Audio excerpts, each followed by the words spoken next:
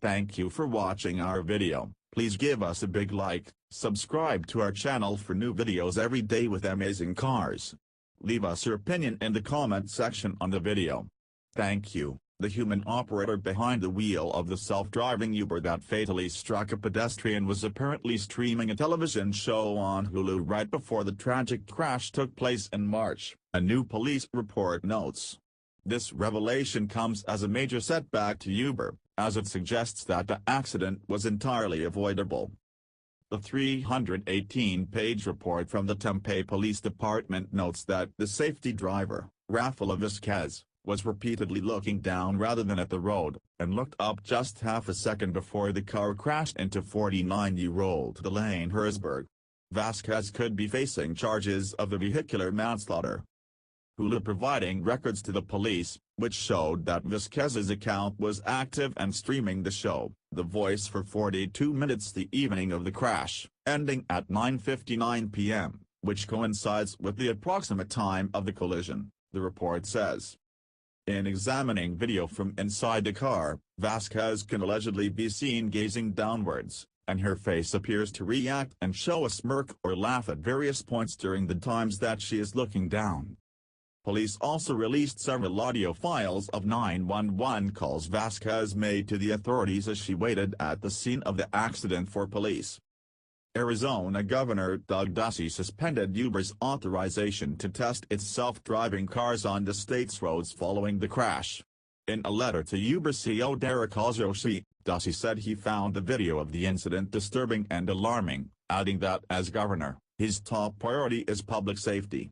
He said public safety should also be the top priority for those operating autonomous car technology, but said the fatal crash was an unquestionable failure to comply with this expectation.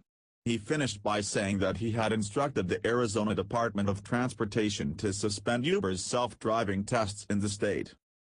Uber had already put the brakes on its experimental autonomous vehicles in Phoenix, Arizona, Pittsburgh, Pennsylvania, Toronto, Canada, and San Francisco for an unspecified period following the deadly collision on March 18 involving one of its prototypes and a woman in Tempe, Arizona.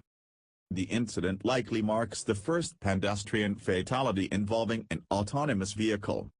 What happened?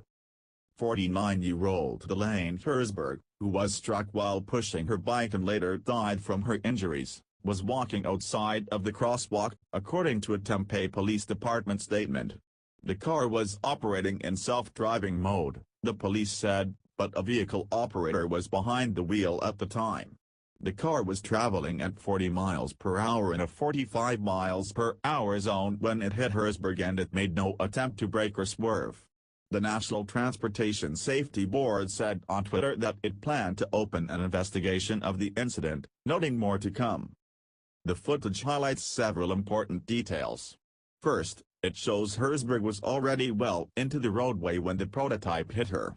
This contradicts earlier reports claiming she darted across the road at the last minute. It consequently also raises the question of why the armada of sensors, including some that see at night, didn't recognize a pedestrian and a bicycle on a dark but otherwise clear street. Second, the video confirms the prototype's operator took her eyes off the road for several seconds at a time in the moments leading up to the crash. We don't know if that's a violation of Uber's operator guidelines. We reached out to the company for clarification, but the spokesperson declined to comment. The video represents the most important piece of information in the investigation. It's very clear it would have been difficult to avoid this collision in any kind of mode, autonomous or human-driven, based on how she came from the shadows right into the roadway, Sylvia Moyer, Tempe's police chief, concluded. But while Uber's prototype might not be at fault, the operator behind the wheel could ultimately face charges. Who's to blame? I suspect preliminarily it appears that Uber would likely not be at fault in this accident, Moyer said. I won't rule out the potential to file charges against the backup driver in the Uber vehicle, she added. Velodyne, the San Jose-based company that made some of the sensors fitted to the Uber prototype, paints a different picture. The company told the BBC it's baffled by the accident and it's still trying to understand how it happened. It claims the LiDAR it sold Uber should have spotted Herzberg even in pitch-black conditions. Our LiDAR can see perfectly well in the dark, as well as it sees in daylight, producing millions of points of information. However, it is up to the rest of the system to interpret and use the data to make decisions. We do not know how the Uber system of decision-making works, Marty Hall, Velodyne LiDAR's president, explained. We do not believe the accident was due to LiDAR, she added. Uber chose not to issue a reply while the investigation is still ongoing. Insiders suggest Uber's self-driving car program began struggling well before the crash. Speaking to the New York Times, they added the company struggled to meet its goal of 1 human intervention every 13 miles. To add context, Waymo averages 1 human intervention every 5,600 miles.